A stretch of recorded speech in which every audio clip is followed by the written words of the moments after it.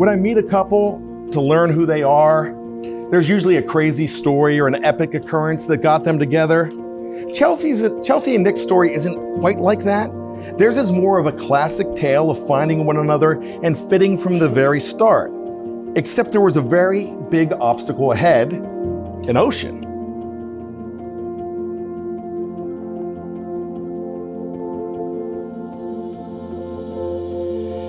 Chelsea, when I look back at how we started, the journey we've been on, the bright future ahead of us, it makes me realize how lucky I am to have found someone as beautiful, compassionate, and loving as you.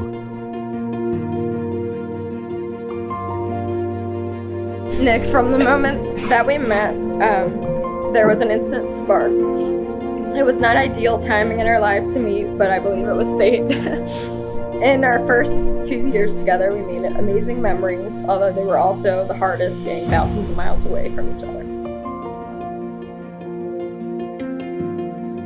Many of our guests here have attended the infamous parties Chelsea and I used to throw at our grandparents' house. Chelsea spilled an unknown substance on the carpet, and Nick, being the kind gentleman that we all know and love, went over to help her clean it up, and that is the first time that they locked eyes.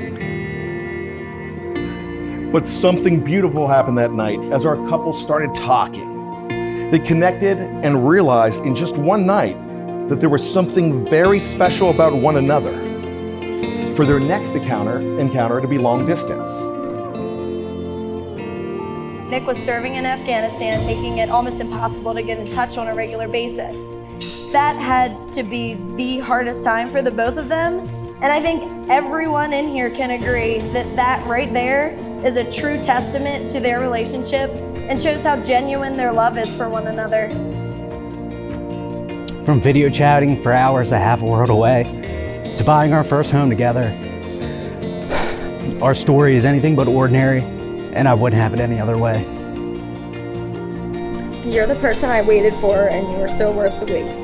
As you know, I can be very indecisive at times, but the decision to spend the rest of my life with you was the easiest one I ever made. So many little things had to happen to bring us together, and I'm truly convinced it was fate that brought you into my life. Even if I had all the time in the world, I can never truly express into words just how much you mean to me. So instead, I'll spend the rest of my life showing you how much I love you. I promise to always laugh at your jokes, even if I've heard them 100 times. I vow to always be by your side to celebrate your accomplishments and to comfort you when things don't go as planned. I promise to never watch a new episode of show without you, and I will refrain from walking in front of the TV during games or while you play Xbox. I will strive to be the best wife that I can be.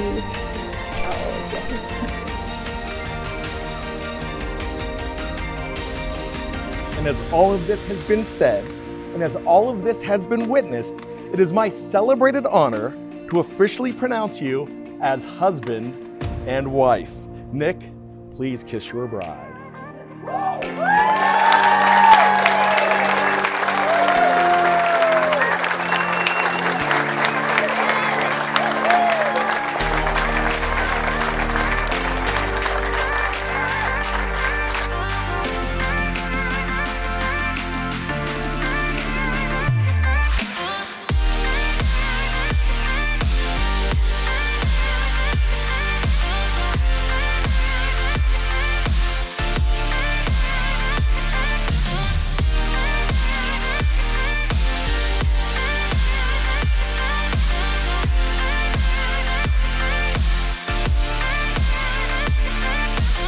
December 23rd, 1991 was the day our lives changed for the better.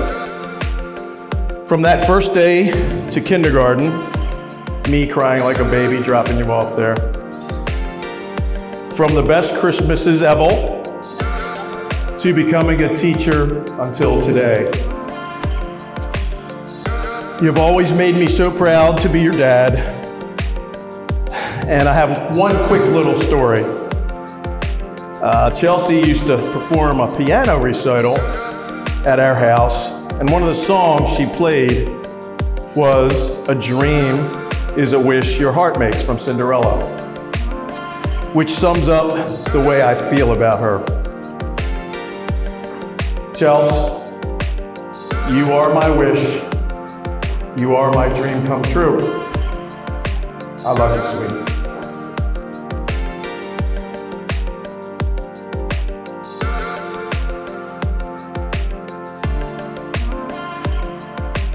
I know a lot of times this speech involves people saying, I'm not losing a brother today, I'm gaining a sister. But I don't really like that. I think it's creepy. But I will say, what I'm really getting is another person that's going to look out for, care for, and love my little brother for the rest of his life. I know the future has even better memories to come, and don't think I haven't been scouting out toddler-sized shoes. To love, to laughter, to happily ever after. Cheers, you guys.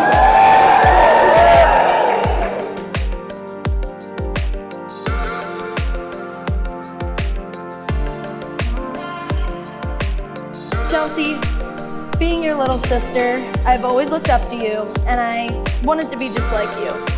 I really couldn't have asked for a better role model to look up to, and still do to this day. You're not only my sister, you're my best friend. One of my favorite memories growing up was when you used to ask me to come in and brush your hair. I know that sounds kind of weird, and it was no big deal, but as I mentioned before, I was Chelsea's annoying little sister, and we weren't always so close. But whenever Chelsea would ask me to do that, it just showed me she actually did want me to be around her, and it just made me really happy. So thank you, even though I'm not quite sure that you knew how much of an impact that made, just brushing your hair, but it meant the world to me.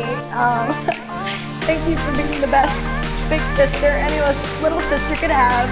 I love you so much.